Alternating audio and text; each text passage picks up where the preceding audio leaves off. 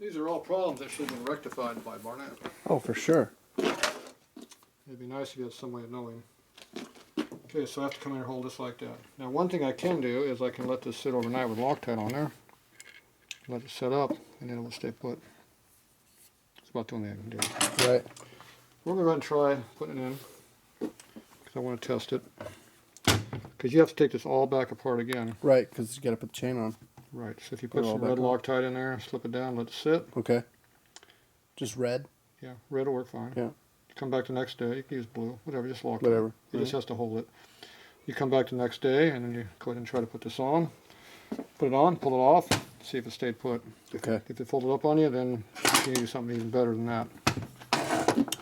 So right now, what I'm going to do is, I'm going to find my rag that disappeared. I got one right here. Someplace. Steal your rag. So I got another one right here. It's yours now. I got a dirty one now. I get your hand-me-downs. Yep. I got a nice clean one over here now. I feel so bad about getting hand-me-downs. I'm self-conscious. You know. Okay, we're going to take this red marker. Okay. That we can barely see. I'm going to mark it. So that's kind of where it's at. Yeah. No, I'm saying kind of because it's a little off. At least I get an idea where it's at. Right. Because I know where this is at. I can see the key there. I just can't see it when it's on. Now, if you put it in gear, it'll help keep it from rotating a little bit. Now, if I go like this, if somebody had a light there that was shining in there like that where I could see, it doesn't really help either because I cannot even begin to see the key. See, I can't see the key at all. Mm-hmm. If I had a big yellow dot on there, it might help, but I'm not doing that.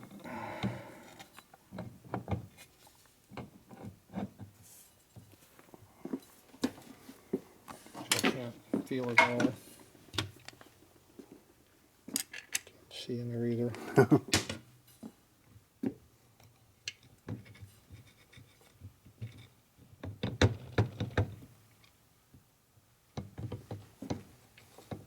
All I know is it's not going in.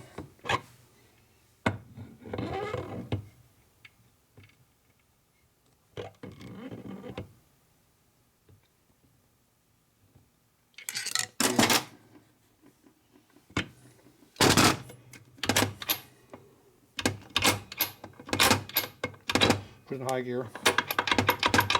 Get the least amount of backlash. See, now at least I got this much backlash, I may be able to feel it going in. Right. Because I couldn't feel nothing. So we're straight up and down.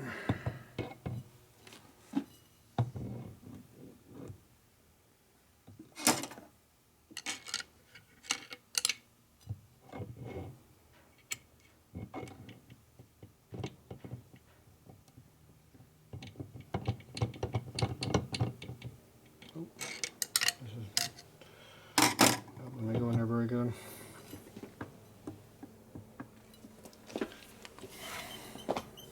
See, there's no way of seeing. Light in there is you're blind. You're 100% blind. You could probably get in there with maybe a mirror and see back there, maybe. Keep that camera behind you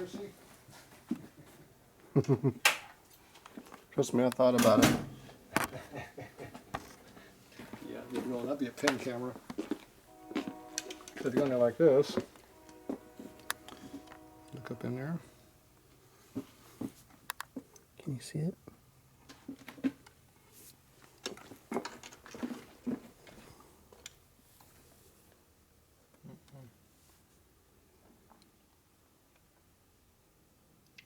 See a screw head.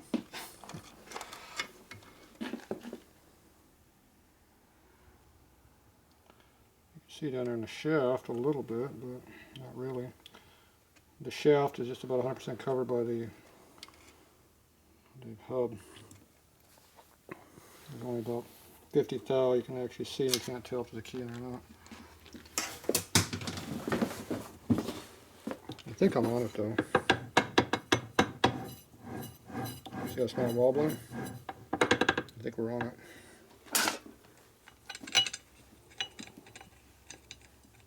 Let's see here. This inch and an eighth or some other size. Yep, standard inch and an eighth. Now I'm sure they have a really low torque reading you're supposed to use. Did I say that enough times?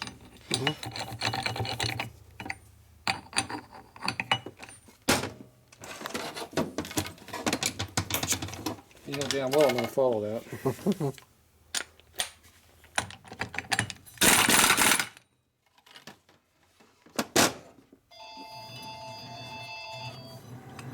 Shit, it's 2 o'clock in the morning, Tatro. So there's no wobbling? Yeah, just nice and straight. Better be your mom. It's late. Hello. Yeah, I'm just finishing up a clutch here, about a half hour, I'll be out of here. Yeah, well, the sun's not up yet. We're good. Scooby will live without me. Scooby will live for another half hour, an hour. Alright, bye.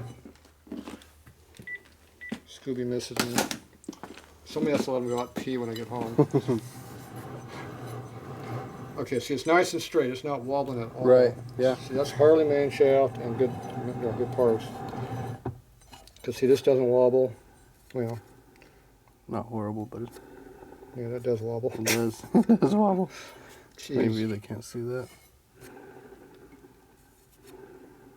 That's the basket wobbling back and forth, but see, the ring gear is not. Mm-hmm. Yeah, the baskets, they're just stamped. Right.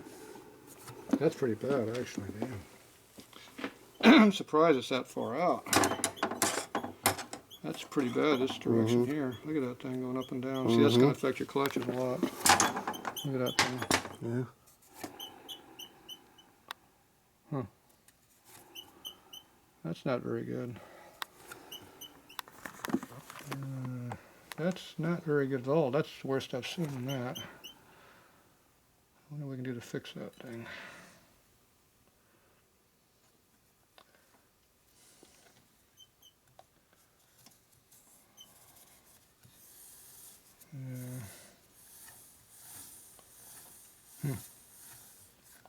Yeah, I'm not sure how you would fix that. See, it's thin on the back side where it's welded. It's, you know, it's shaped like this. It's a hat. You know, it comes out of a cup, whatever. Right. And the cup is kind of twisted and bent or something. So I'm not sure how you would do it. See, this is not even around. You can watch it going. This part wobbles too, much as the whole thing going up and down. Yeah, that'd be. See, even these are going up and down too. I'm watching the. I don't care about the outside. I care about these. Yeah, I keep calling the wrong part. So yeah, that's pretty bad actually. I'm shocked. See, it's right. It's the way it's stamped. Look at the right here. Watch this. The machine surface area. Right here. Right. Watch it spin as I go like this. See, the machine mark is staying pretty consistent, but the outside of the basket's going back and forth like that. That's made that way.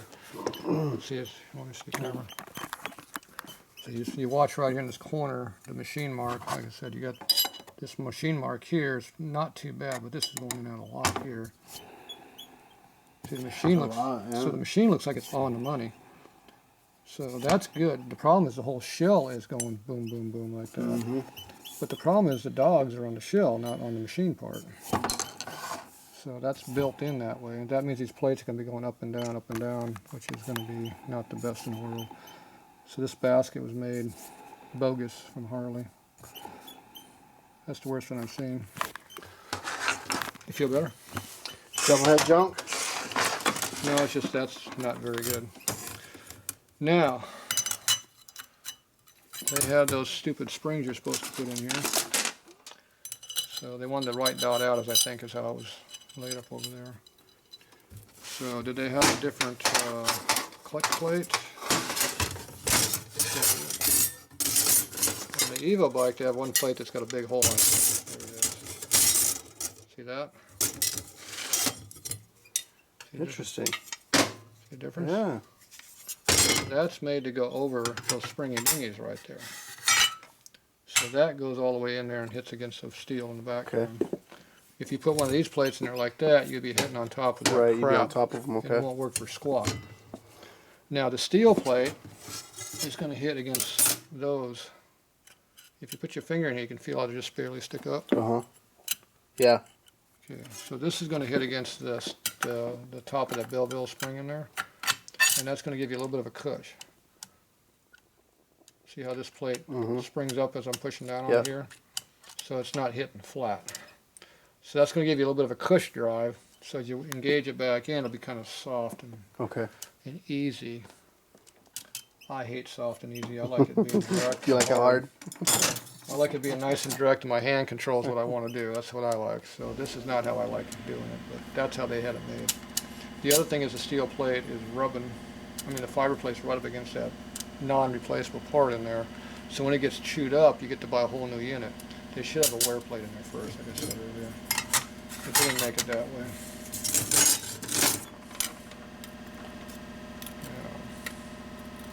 I wonder how much height we got here to work with. Probably don't have anything to work with on height.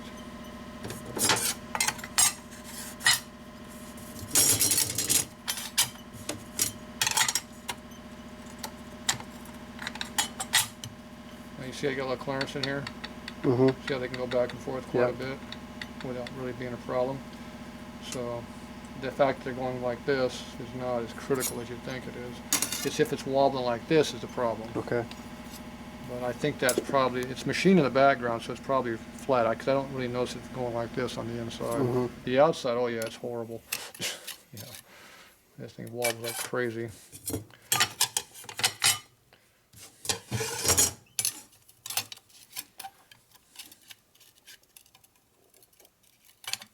Like I said, the problem I run into is these dogs up here. See, we're running out of room real quick.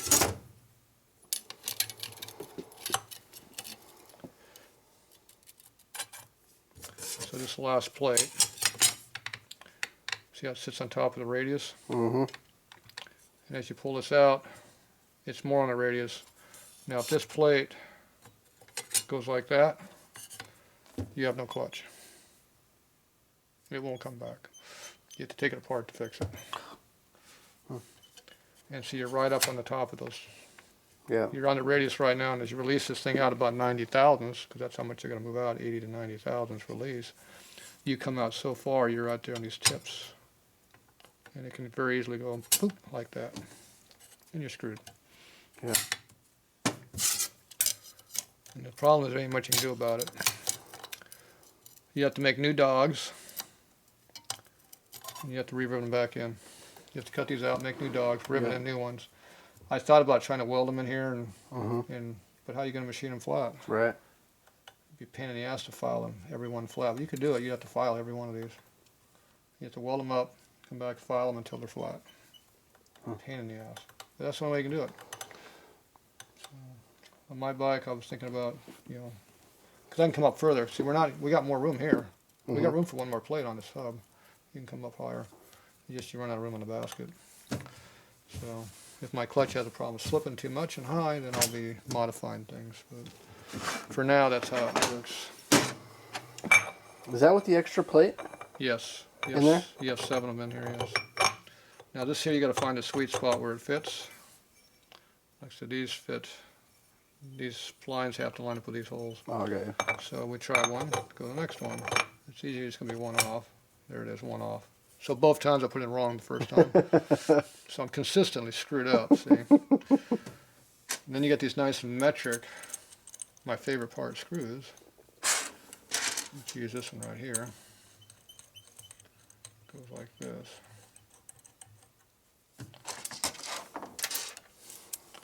Now you can do these in multiples of 3s or 4s.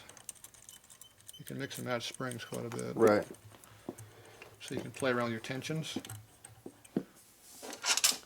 Now obviously you can do a 3 clutch, a 3 spring, like an M8. Is that what they are? 3, huh? Yeah, they're 3. Just a beefier spring? Yeah, they're different, but yeah, they're in here like this. So you can put 3 light ones, 3 heavy. You can do stuff like that. You get different combinations, whatever works out for a 6. You can also do 4s. You can put 4 of them in heavy. And 2 lighter. 2 light. it'll still work evenly. Right. Now the clutch itself is going to want to warp because you're not working Right. evenly. So the clutch is going to try to warp. Next to the pressure plate here, Mm-hmm. it's just a matter how strong it is. But if you go in threes, it's pretty even because it have to bend from here to here. Right. The other way is trying to bend it in half like this. Mm-hmm. So either That's way. what I'll do. I'll go 3 and 3 or. So I would run the three. I mean all 6 heavies. I'm not heavy. These ones here. Mm-hmm. Run all of these. And if the clutch is a problem, take it out, put 3 heavier ones in there. Okay. Now the other thing you can do that they don't talk about is you can shim them. Nobody says you can't put a washer in behind there and Right.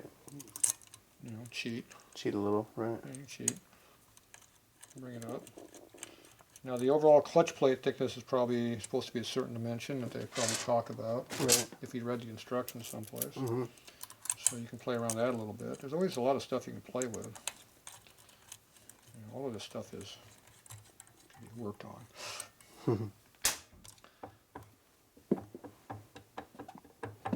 Hey, it's broken. That's a backlash in your teeth. So now the last thing I do is play with this screw right here. Now is this going to work with your existing push rod in there? See already this thing doesn't want to come out. It's going to be a little bigger size.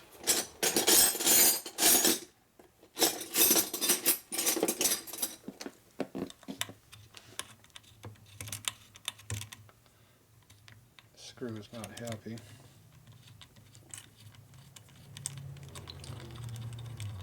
See how it's trying to gull up? Mm-hmm. It's not a happy camper in there. That's with a steel against steel. If that was aluminum, it would probably would go up. Okay, now you had a rounded push rod in there, which would work fine in a set screw. This is just a set screw. Okay. It's nothing special. They didn't make this. They make these about $1 million. Now we're gonna put a little CRC on there to keep it from galling again. That'll help eliminate that. So we don't know how deep we're gonna go. Okay, I'm thinking that we're gonna have a problem here. So, Yeah. you have to read your instructions on push rod length because that's not right. And as I recall, the last one, the 93, I had to make one that was about that long. It appears that we're going to have the same problem with your bike. Now they make that push rod at different lengths. We're going to have a longer push rod. So that thing I gooped all up so it'll stay in there. Mm-hmm. It's got to come back out. Come out now. So they make those, and in all the different years, there's like 4 different lengths, or maybe 5, I forget. Yours is going to be something different than what we have right now. So right now we need to get that push rod out of there. And with all that goop in there, it probably not just going to come out easily. Now, do we have a magnet around here? It'll fit in that hole.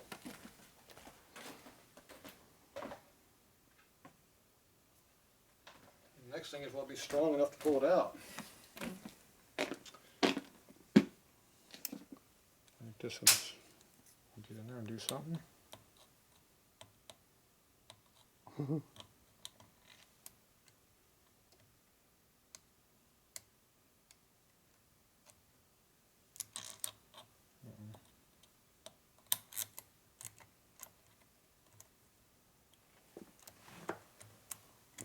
There we go.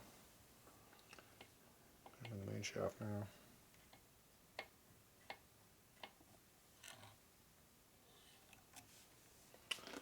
It appears that a gooey piece of material is coming out of your motor, your tranny. Okay. Somebody made a mess. I don't know who would make a mess. Somebody made. I got dirty. For some reason I got dirty also. Okay, so how long is that?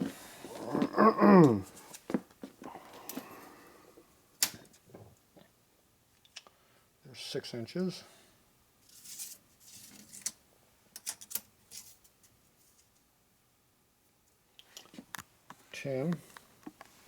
And take over an 1/8.